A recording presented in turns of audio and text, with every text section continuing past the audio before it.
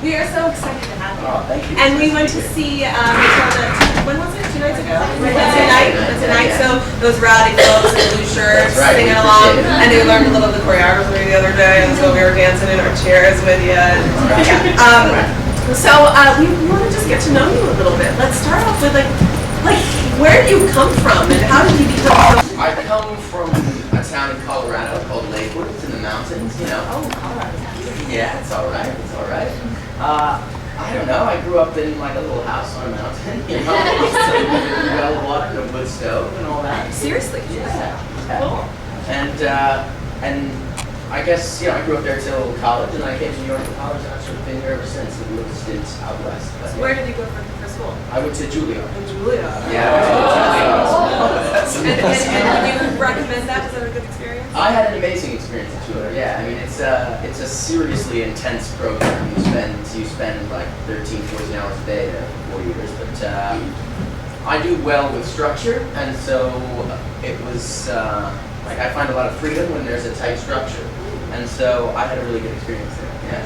Well, coming from Colorado, how did you discover that this was a magical thing for you? How did you decide to take this path on this journey? Well, my dad, when I was growing up, he was the sort of arts and entertainment critic for a local newspaper, this newspaper called the Columbine Courier. He would write the reviews on plays. He was a critic, actually. So your family is artistic, or at least has a lot of knowledge about theater, or a love for theater? They've got love, but I'm the only actor in the bunch, yeah, for sure. But my dad's a writer, and he's quite a funny wit, and so he would review the plays every week. And my mom and my brother got sort of burnt out on it eventually, and so I would go see like a play a week with them, or most weeks we would go see a play. And then I was also in this choir when I was a kid called the Colorado Children's Chorale, and I did that for 7 years, and we got to tour all over the country and then eventually all over the world. I got to go to As a kid? As a kid, yeah. It's 2nd grade to 8th grade, so I think it's the ages 7 to 14. And how did you get selected for that, or find out about that? My big brother did it before me, but you audition for it. It's like, I guess in Colorado it's a pretty prestigious choir, but yeah, you audition for it, and there's 5 different levels that you get to ascend the rungs of, and at first you just start out sort of standing there singing. If you can get that down, that's all right, and then eventually you know, you dance and you move around, and there's a whole thing. So was that some of your training? Would you say? Yeah, I definitely think so. Yeah, about professionalism, about how to work with an ensemble. It definitely taught me how to sing, how to be able to read music, although I sort of lost that after I left there. But yeah, and then eventually, once you get to tour choir, you get to sort of tour around and perform for different audiences, which is also a unique challenge and opportunity to take something that might work in one town and not work at all in another town, and how you, I don't know, deal with that, I guess. Sounds good. Yeah. And you've had to use that in your professional life as an adult, I'm sure, I as well. definitely think so, yeah. And then I guess my next part, I went to an art school for high school as well. There's a school in Denver called Denver School of the Arts, which is really good. And I auditioned for that and went there it's actually 6 through 12, that school. So I went there 8 through 12th grade for acting, actually. So I was a I don't know, you know. So do you remember if there was a particular moment in your childhood that you were like, this is what I want to do, this is... Yeah. When I was in this choir, they sort of asked a few of us to do these operas. We got to work with this opera company, and they would ask a couple of us to go do opera, and I got to do this opera a couple times called, it's not quite boring perhaps to say, but anyway, okay, yeah, so I did this opera called A Mall and the Night Visitors. Oh yeah, you know about this. Ooh, there wow. you go. It's very Nazi, neat. there you go. And I got to play a mall, which was very exciting. I could still sing like an angel then. And How old were you at this point? I was 11, and then I did it again when I was 12. So was your voice unchanged? Or? Yeah, totally. I was kind of late bloomer. Yeah. So I guess I was like the age of Matilda, really. Or Matildas. Although they're 1 year younger. I think they're 10. How old are they? Bailey's 11. That's right, Bailey's 11. Sophia's 9. She's still 9? Yeah. Oh, okay.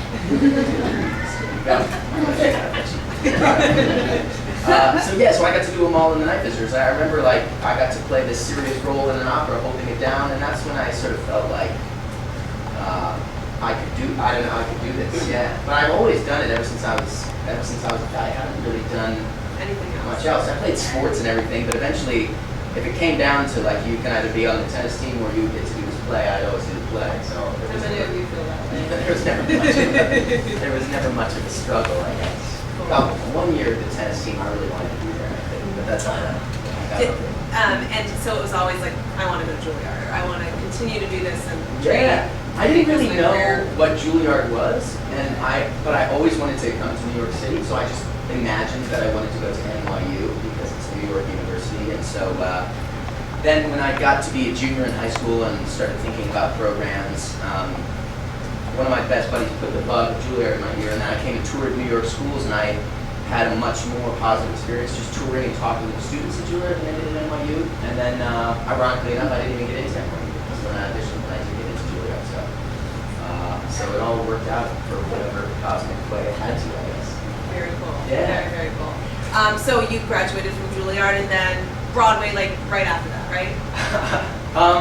It was within a year, but it felt like a century sometimes. I did a little, after I graduated, my roommate and I, who was a classmate of mine, we were giving up our apartment because he was moving out to Los Angeles. And at Juilliard, at the end, you do a little showcase, which I hear you guys are about to do today, which is nice. Congratulations, come on. So we did a showcase in New York and Los Angeles for agents and casting directors and people of this sort. And my showcase in LA went really well, and I had this really good response, and so I sort of got my starry eyes or whatever, and I thought, oh man, maybe I could do this, maybe I could go do this. Because I grew up watching Jim Carrey and people like this and thinking, oh man, that's what I want to do. And so my roommate and I were giving up our apartment here, he was moving out, so I said, oh, I'll move out as well.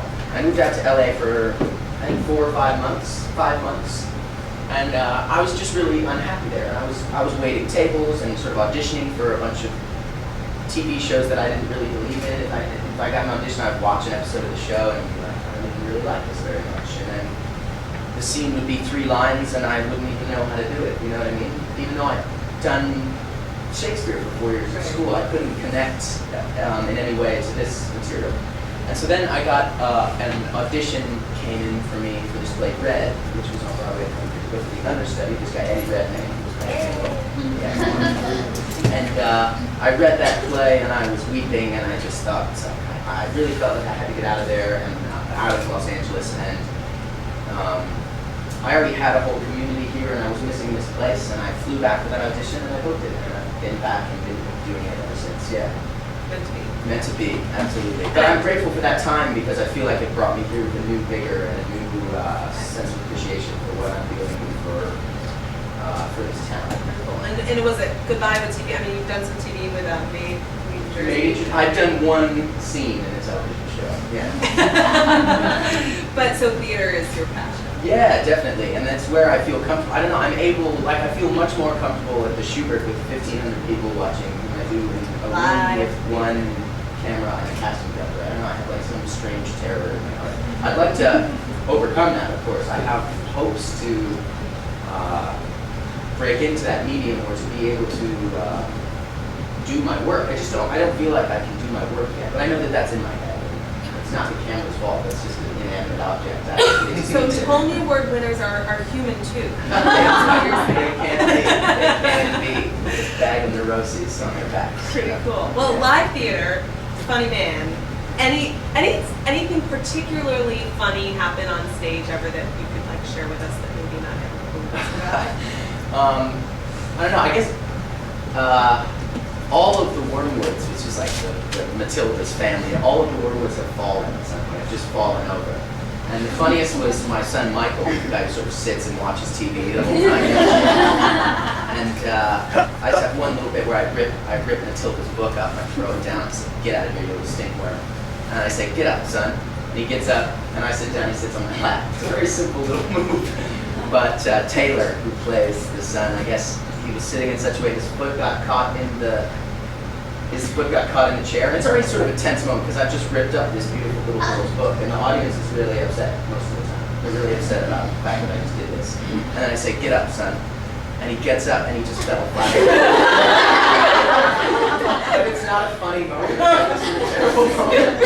And so people didn't know whether to laugh. And that character is so sort of stupid that it made sense that he would fall. And so I was really struggling hard to keep it together. But that's a great moment. But the thing about theater, which is cool, is that little accidents or mistakes like that are actually, because the show must go on, you have to keep going.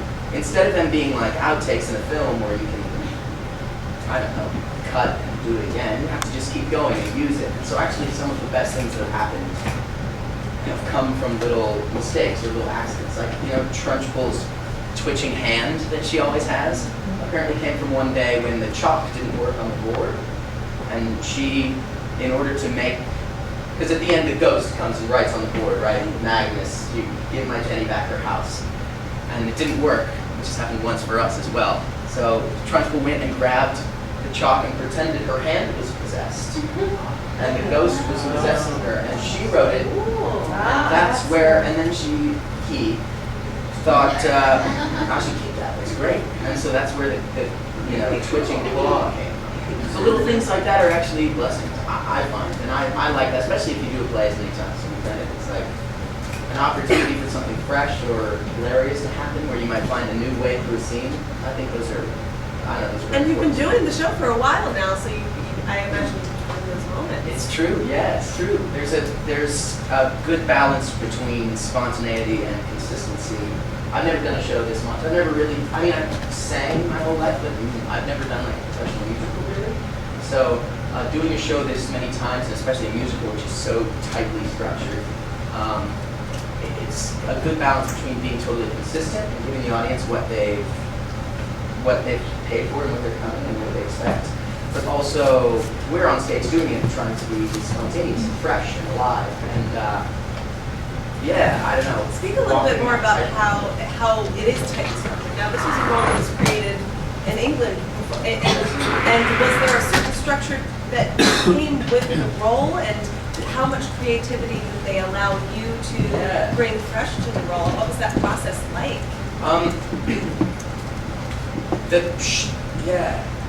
The show itself is incredibly structured. I mean, like, for instance, the lighting design of the show, which is really incredible. A lot of it are these sort of puzzle pieces of light. I don't know if you guys remember, but there's like, he puts like little puzzle pieces of light together. And so if you have to walk across the stage, he's lit a hallway. I mean, even though the stage is just a big box of square letters, right? They create, I don't know, the light sort of creates space and create a framework within which to work. And so it was like if you go 1 foot to the left, you're going to be out of the light and you're not in the hallway that we created. So there's elements of the show that are, you have to be 1 foot to the right of where you are. There's elements that are incredibly detail oriented. Also, they knew exactly what I was going to look like, what my hair was going to be, how I was going to dress, how all the tricks worked, how all the magic worked. Even the blocking of the scenes was mostly figured out because you knew where we were coming on from.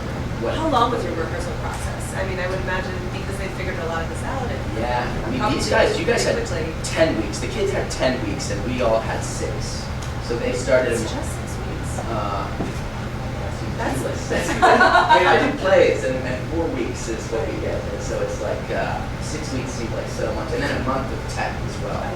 So, but actually, I really didn't figure out what I was doing until we got to tech, because we rehearsed just in a room like this, and my character's pretty zany and outrageous. But I didn't have the costume or the hair or anything, so I was trying to help myself. I'd wear a suit to work, and I would try and do my thing, but I was trying to make it this really naturalistic.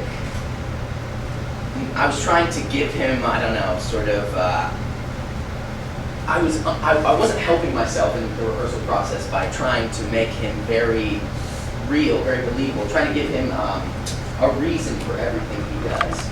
But once I got on the stage, I sort of got this note, and I went back and read the book again, and there's these incredible drawings in the book. They're very cartoony, very sort of stylized.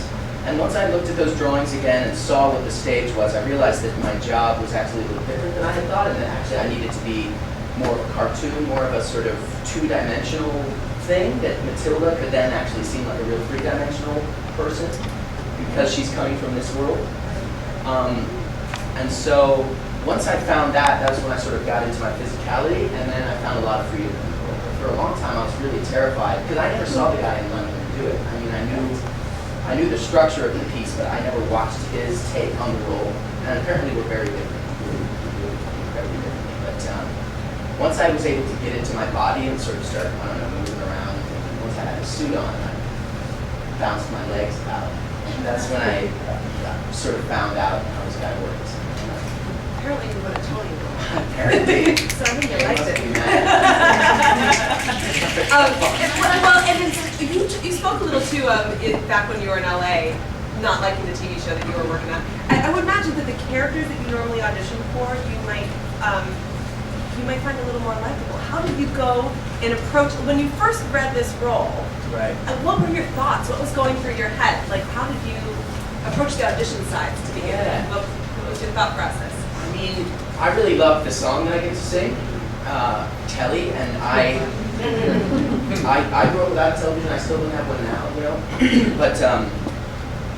But there's a wonderful irony about my character, which is hard sometimes in like a matinee, for instance, because it's a lot of really young children, and they don't necessarily understand the irony that my character employs. The fact that my character is a sort of statement on a certain type of person, and so if they don't understand that, I'm just a terribly mean, bad father, which is also very true. So in the audition, I don't think I even really understood that completely, and I was sort of just going for, I was trying to just get laugh. I was trying to get the director to laugh, which, as we've learned, is a very difficult thing to do. Also because he's been working on it for like 5 years, he's had his laughs, you know what I mean? But actually, once I got the job, he said, "I knew that you were a great actor, but your audition was totally wrong. I just knew that you were a great actor." And so he sort of guided me in the right direction once we got there. But when I was in school, I always did really zany physical stuff. But then once I got to Juilliard, they sort of pushed me towards the things I wasn't comfortable with, which was playing kings and killers and sort of brooding poets and stuff. So professionally, a lot of the work I've done has been naturalistic plays of sort of tortured young men, which I also really enjoy. Like The Seagull, where I got to do some new plays that were really exciting. But this one was exciting because it threw me back to what I used to do before I got to Juilliard, which was like clowny stuff, sort of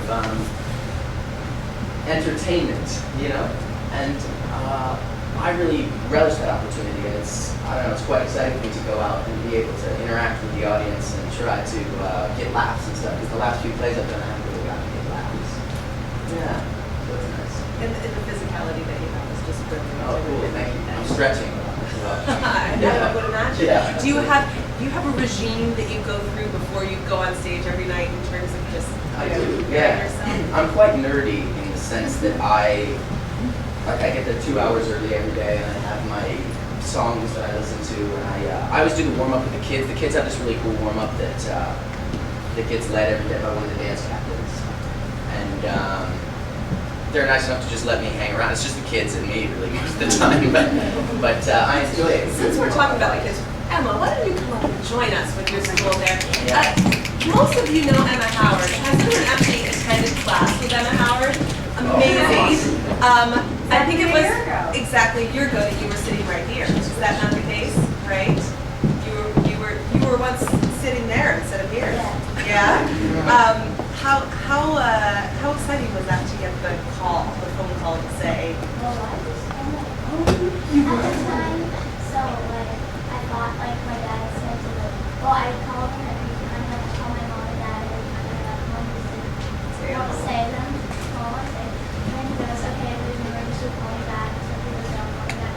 And then my agent called me, and then I was just like she told me that I got Matilda, and then I called my dad, and he got so worried. He was like, okay, no. I'm like, no, I got Matilda. And he was like, oh my god.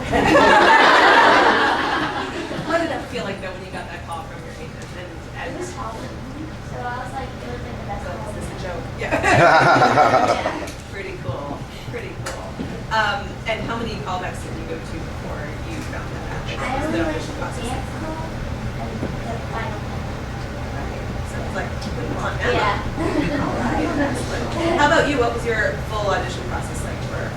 I think I went in 4 times. Yeah, 4 times. And then it got progressively bigger. Like the first time I just had a conversation with Matthew.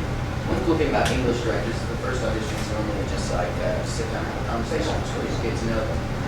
So that was my first one, and then I came in and read for just him and the casting director, and I came in and read for a room of like 30 people, and then the next time I came in, they filmed it so we could send back to England and all that there. And then it took like 2 or 3 months, and then they called me. So had you kind of forgotten about it by then? Or I had it, yeah, I had it. And I was going to do another play. Glad you did that. Glad I did. Fantastic. I have just like a rapid fire string of questions I want to ask both of you, if that's all right. If you could cast yourself in any show, what would it be and what would be the role? Well, Mean Girls is coming to Broadway. All right, I love it. I mean, I hate to be a total predictable theater nerd, but I would really love to play Hamlet someday. I think that I could maybe do it. Yeah. Good. Yeah, maybe. I'll come to that show. Do you always want to be an actor? Did you?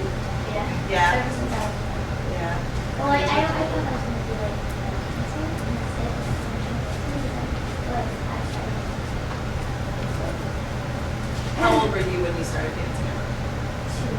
2 or 3. So 5 minutes ago. And how old were you when you started acting and singing? And what year did you first When do you play? learn how to talk? When do you learn to walk? At what age do you learn to walk? Yeah, that's pretty much when she started dancing. There you go. Pretty much. And when did you first come to BAA? 2 years ago. When did you get your agent now? And funniest moment on stage for you? Well, this has to do with Taylor again. Well, we were standing in the line for playground, and like sometimes, like him and this kid Jack with like Bruce, they have to pick up all the jackets, and we need to like come to the line. Like there's a lot of jackets. It's like I don't know how many times, but like a lot. And so like we have to run back, and then like one time we didn't make it in time, so we just like flat out laid on the floor, and then everybody was just like in the line, and I was actually laughing because I had to come on stage to put on the banner. It's called bunting. Yeah. Well, the trunch bowl in the playground scene where she throws the gal by her hair, she blows the whistle, and the trunch bowl blows the whistle, you got to stop moving is the thing. So they gathered all these coats, and she blew the whistle, and he had to stop moving, so he just went to death. It's good. That's funny. These guys And you are shared it, but do you have any other funny moments you want to share with us? That was I don't know, pretty but good when you got it. yeah, there's little funny moments every night. I can't think of a really special one besides that. What was the most challenging role you've ever played?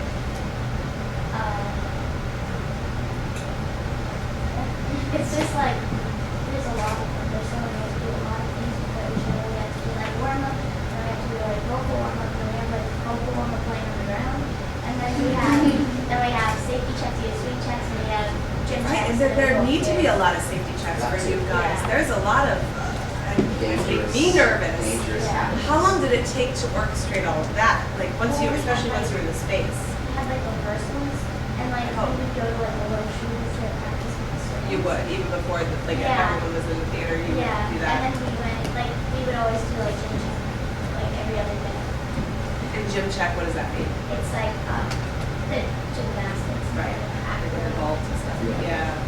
Yeah. So before you do the show every day, you do a gym check. Yeah. Isn't Clay one of the Yeah, he's captains? the gym.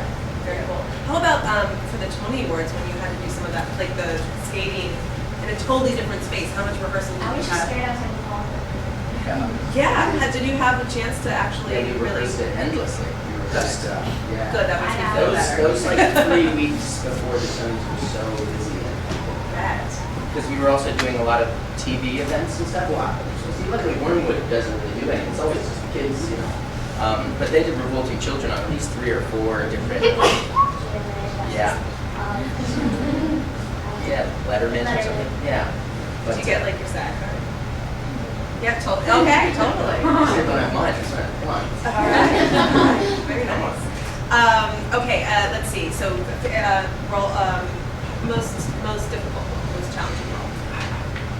At school, they make you play roles that, at Juilliard, they made me play a bunch of roles that were just so frustrating. One time I had to play this like 62-year-old prison guard from Alabama. And I was just, I was 19, and I was just... Was age appropriate? Yeah. You got it, there's always like that old guy in the play, and someone had to do it, you know. And sometimes you would watch an actor really come to life playing a grandma in a play, one of your classmates. That's incredible, you know, incredible character work or something. In this one, I had to be sort of the foil for the protagonist is this young girl getting out of prison, and my guy's the prison guard who's fallen in love with her, so he quits his job to go off with her. But I was just lost. My hair gray, and I had some fake chops. It was bad. Do you have any hidden talents? I hope so. Yeah, I play some instruments, and What's your favorite instrument? I played guitar for a long time, and so I'm probably best at that. But I did this play a couple years ago where I played the ukulele, and so I've been playing that for a while. Maybe you play the ukulele. Oh yeah, ukulele is totally happening right now. It's great. But no, it's beautiful. Four strings, 4 fingers. It's nice too. How about you, Emma? Any hidden talents? Well, okay. What's on your special skills list? I can work on cue. And also, me and Willa, you know Willa Cochran, everybody. So, I went over to, her house and we watched, Nice and we always do magic together, but she goes, So you're a magician. What not kind? really. What type of magic? She just plays it on me, so. That's not really. So that's her hidden talent, but you're a really good Magician's participator. helper. Yes. Maybe that could go on special skills. Put it down. You gotta bring her to every audition. Watch this. If you could eat one food for the rest of your life, what would it be? One food for the rest of my life. I like an artichoke. I'm a fan of an artichoke. And that was the one food? I mean, that's a difficult question. I don't know. I'll say that Sustain now. an artichoke. All right, how about you, Emma? Frozen berries. Frozen berries. And at that, I'm going to go ahead and open the floor to your questions. And I'm sure you have many that will benefit the entire group, and don't probably word irony and action.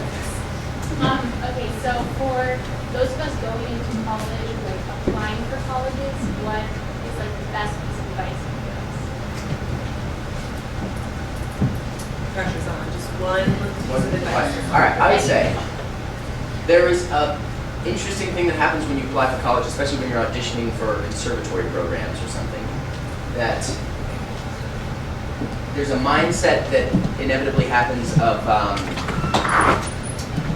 this school only accepts 20 people, and the school only accepts this many people, and I probably won't get in, but if I do, I'm lucky. And my thought that I've come to realize is these schools they're actually looking to accept people, not turn people away. And there's a thought of there's this many kids auditioning, they have to turn so many away. But actually, I think they're looking for good people, so if you can just bring the truest part of yourself to it, they're actually looking to accept you, not to deny you. And it took me a while to understand that when I was auditioning for schools as well. But I think it's important to think about, just because if you don't get into the school, it's probably just because it wasn't the right fit, as opposed to being something personal. Do you know what I mean? It's hard not to make it personal because you're exposing yourself and being vulnerable and doing work, but they're looking to bring you in rather than push you away. And it's tough to know that. That's what I'm saying. And you guys you're used to auditioning, where a lot of young people who are just starting the college process don't have as much auditioning experience as many of you in this room do. So you're ahead of the game. Oh, yeah. Do I pick? Do you want me to pick? No, yeah, sure. Well, this is here with Emma. You said you have to go vocal warm up and dance warm up. Do you have time for school? Well, since it's summer, we don't. But has that been a challenge through this whole process? How many hours of school a day do you have to get in? We get 30, and we have 2 homeschooled now, but like, But they had tutors in the building. And they, that's my chair, sorry.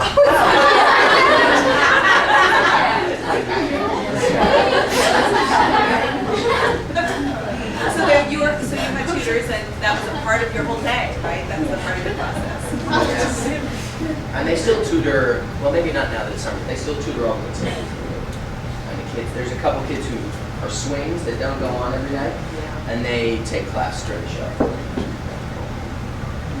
You can. All right. How about you? okay, so what was going through your mind when you're announcing that you're going on the news, and then also like what you like to win? Wow.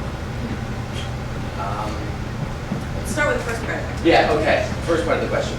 Well, our number was right before my category. So I had a quick change out of Wormwood into real gay.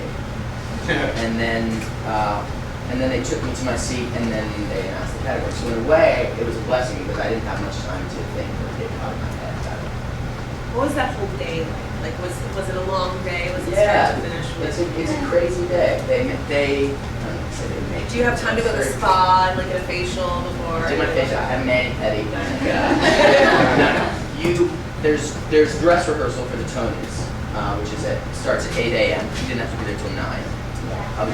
But you had to show up. But you had to show up at the theater to dress, and then they bus you to Radio It's City. usual that it falls on a two-show day too. Isn't it? Like you had a matinee, or you had a matinee, not Right. Yeah. Yeah, it's Sunday. But it's always on Sunday. I think that's so that people can party, and then it's Monday. Instead of having the show the next Okay, day. that makes sense. So we had a dress rehearsal for the Tonys that morning. So we were at the theater at 8 getting ready. And we did our thing, and then we had a matinee, and then since our number was right at the top of the show, so we got out of our costume and got into or at least the Was there any nominees. walking the red carpet? Yeah, so you got out of your costume, got into your tux, went and walked the red carpet, went back, got back into the costume, did the thing, and then a quick change into a tux for my category, which was cool. And so I didn't have too much time to get stuck in my head about it, which was a good thing. And I was hanging with my mom and dad, brought them around. And I was first of all just sort of freaked out to even be in the category, and I was thinking, because I went and saw Pip, and I don't know if you guys have seen Pip. Did you guys check that out yet? We're gonna a little later in the summer, Oh, but okay. how many of you have seen Pippin on your own yet? Yeah, it's really amazing, right? It's really amazing. And this dude, Terrence Mann, I got to see a performance, and I was really into it. I was pretty convinced that it would just go that way. So then when I had prepared in my head a little bit of what I wanted to say or the people I wanted to thank, if I was on the off chance that I did win the thing. And then I did, and it's, I don't know, a mixture of like joy and terror, because then you get up and there's 6,000 people in that room, let alone all the people on television who just go up and you've got, a minute and a half before they play you off, and you've got to be, you say what it feels. You have to communicate to these people and to yourself what this moment means, and I'm still trying to figure out what that moment means, let alone in the moment itself. So I tried to be articulate and grateful and to breathe, because I noticed that I was trembling and freaking out. And so I'm still, I don't know, trying to suss out what that moment means to me, but it's an incredible bit in my life. And I went back and watched it, and it's hard to believe that even happened. It feels like another play that I did. Or something. I don't know, it feels like I'm out of body experience. Yeah. Well, after the weekend, we went on the bus and we rushed home really quick to see home. We rushed to the theater and then we went to go see Gabriel's category. It's great. And then we all were holding hands and crossing fingers and holding hands. And we were all so scared. We were like, oh my gosh, something's going to happen. And then they said Gabe. And then we were just crying. All of us were crying, especially Taylor, because and all the Wormwoods. And we were all just on the floor and we were like, yes! And then we realized we had to go change. We were in the dressing room, we were screaming and yeah. Yeah. The only time I really got emotional that night was that someone sent me a video of the cast watching TV. There's one little TV that the door person, the doorman, watches. They normally watch baseball games. That's the whole cast was crowded around the TV watching my category, and they filmed it. All of us were. Yeah. Kind of crazy that the cast wasn't actually in the theater at the time. They run a tight ship there at the Tonys. You gotta go. Yeah. Even as soon as I got backstage, I didn't have a moment to be real. Like, get out of the way, we got a camera. All right. Just get out. Yeah. Was your cell phone blown up with like? I turned it off, but when I turned it on at the internet, I had like over 200 text messages. I'm not very good at getting back to people, which Michelle knows about. But yeah. But I'm overwhelmed by all the love. It's very cool. I'm very grateful. Yeah. Very cool. Yeah. Congratulations. Hey, thank you very much.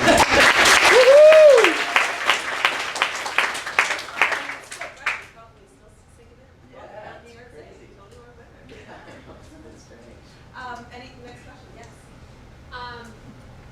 Okay, so first of all, I'm also from Colorado. Oh, so come on. Where from? Boulder. Lovely. Yes, I thought that was really cool. I've never met anyone else. Oh. And my question is for both of you. Have either of you had a really unpleasant audition that you want to share with us?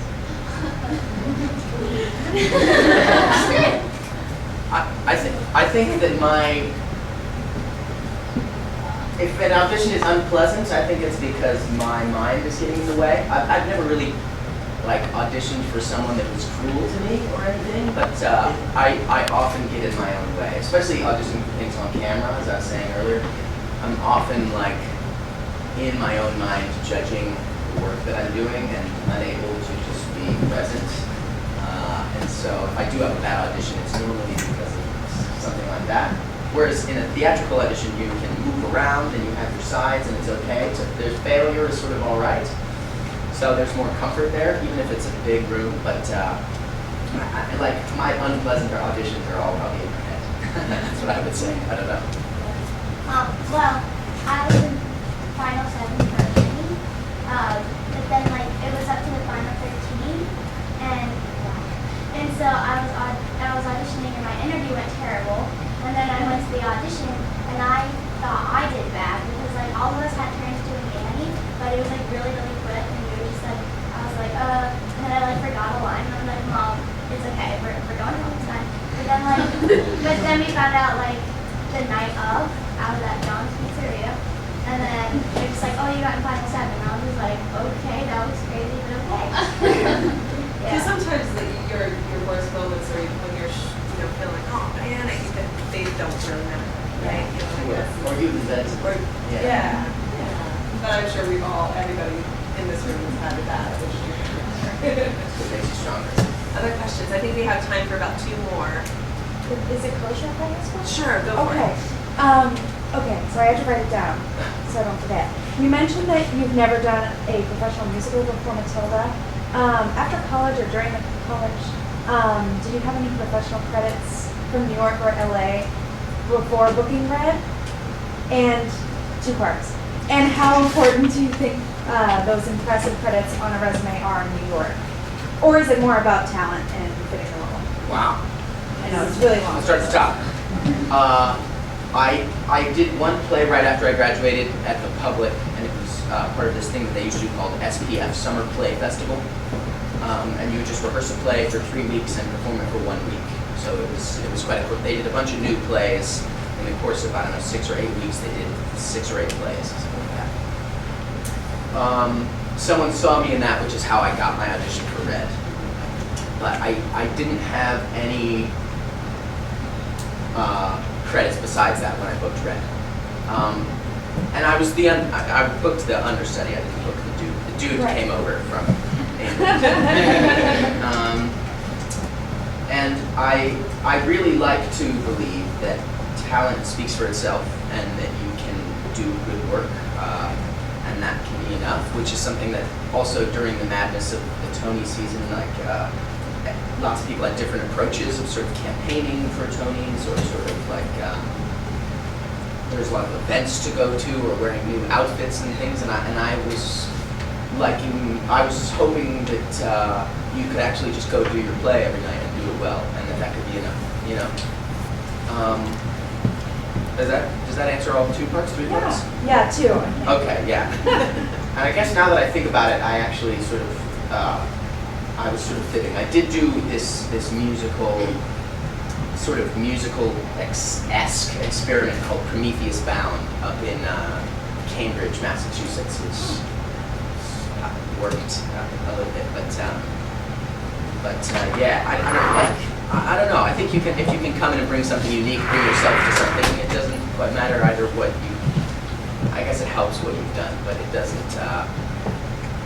If you can show yourself in the room to be able to do this thing, I think that's enough. Right. Yeah. Thank you. Yeah, sure. This is more for both of you. With all the blocking and choreography and staging and everything, was there ever a point where Matilda was just like really hard to keep up with, like just like you couldn't think you could get to the end of the show with all the singing and stuff? It's gotten easier. Well, like, the choreography was really hard in the stand. Like, 'cause after bolting children, like, off stage, you should all see us really comfortable. We're like, okay. And on 2 show days, we're like really exhausted because like we're just like. And after the second show, we're like, after we're like done, we go up to the dressing room. We're like, we're done, and we're like on the floor. We're just like, we did it, guys.